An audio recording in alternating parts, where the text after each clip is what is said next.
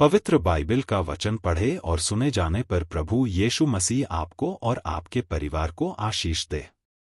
पवित्र Bible Esther की पुस्तक का 9 अध्याय वचन 1 से 32 यह कहता है। वचन 1, अदार नाम 12वें महीने के 13वें दिन को, जिस दिन राजा की आज्ञा और नियम पूरे होने को थे और यहूदियों के शत्रु उन पर प्रबल होने की आशा रखते थे, परंतु इसके उल्टे यहूदी अपने बैरियों पर प्रबल हुए, उस दिन वचन 2, यहूदी लोग राजा क्षयर्ष के सब प्रांतों में अपने अपने नगर में इकट्ठे हुए कि जो उनकी हानि करने का यत्न करे उन पर हाथ चलाए, और कोई उनका सामना न कर सका, क्योंकि उनका भय देश देश के सब लोगों के मन में समा गया था। वचन 3, वरन प्रांतों के सब हाकिमों और अधिपतियों और प्रधानों और राजा के कर्मचारियों ने यहूदियों की सहायता की, क्योंकि उनके मन में मोर्दकै का भय समा गया था।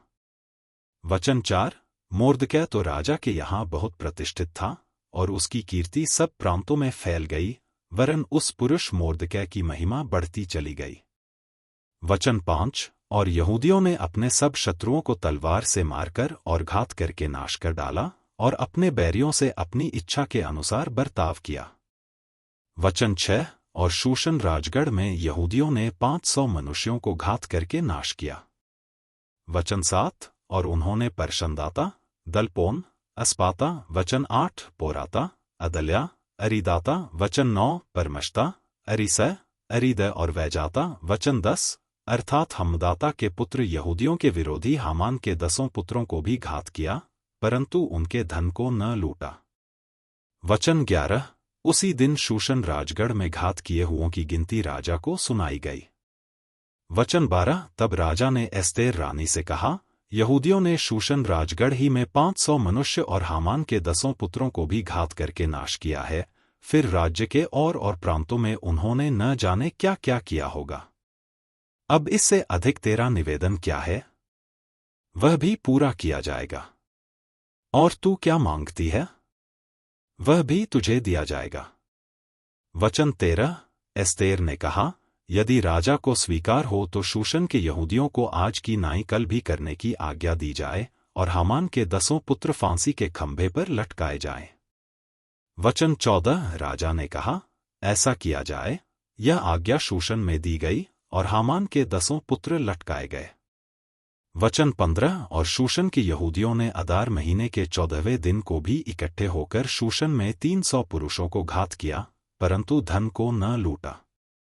वचन 16, राज्य के और प्रांतों के यहूदी इकट्ठे होकर अपना अपना प्राण बचाने के लिए खड़े हुए और अपने बैरियों में से 75,000 मनुष्यों को घात करके अपने शत्रुओं से विश्राम पाया, परंतु धन को न लूटा।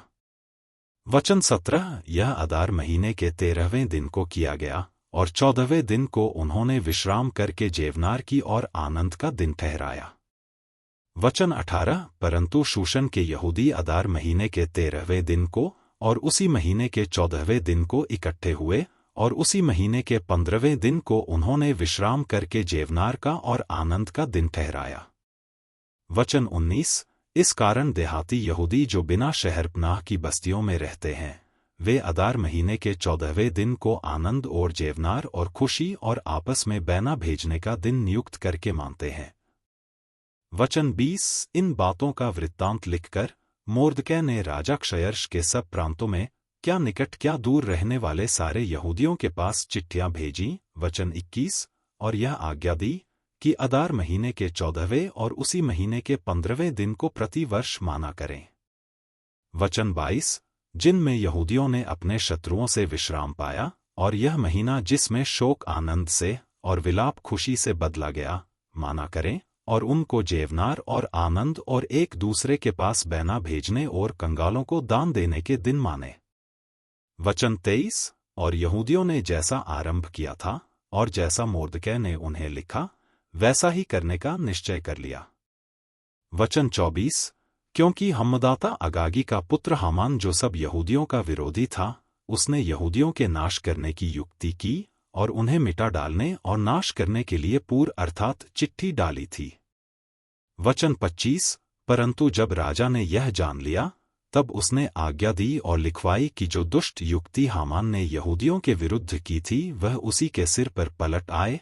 तब वह और उसके पुत्र फांसी के खंभों पर लटकाए गए।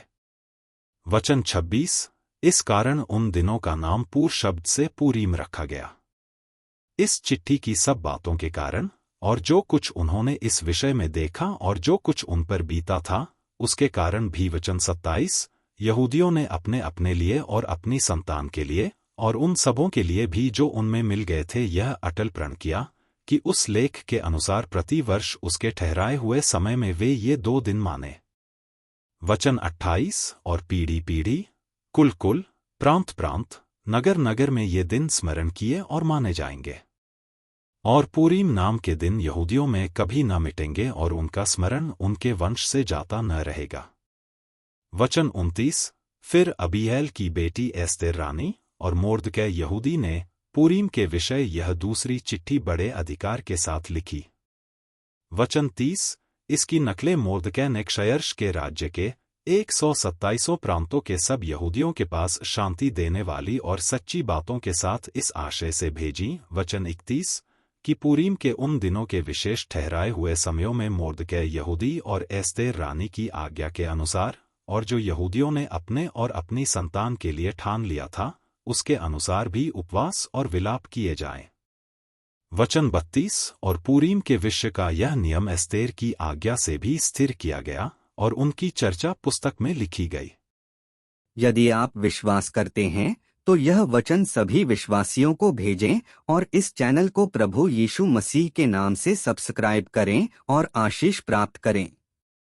धन्यवाद।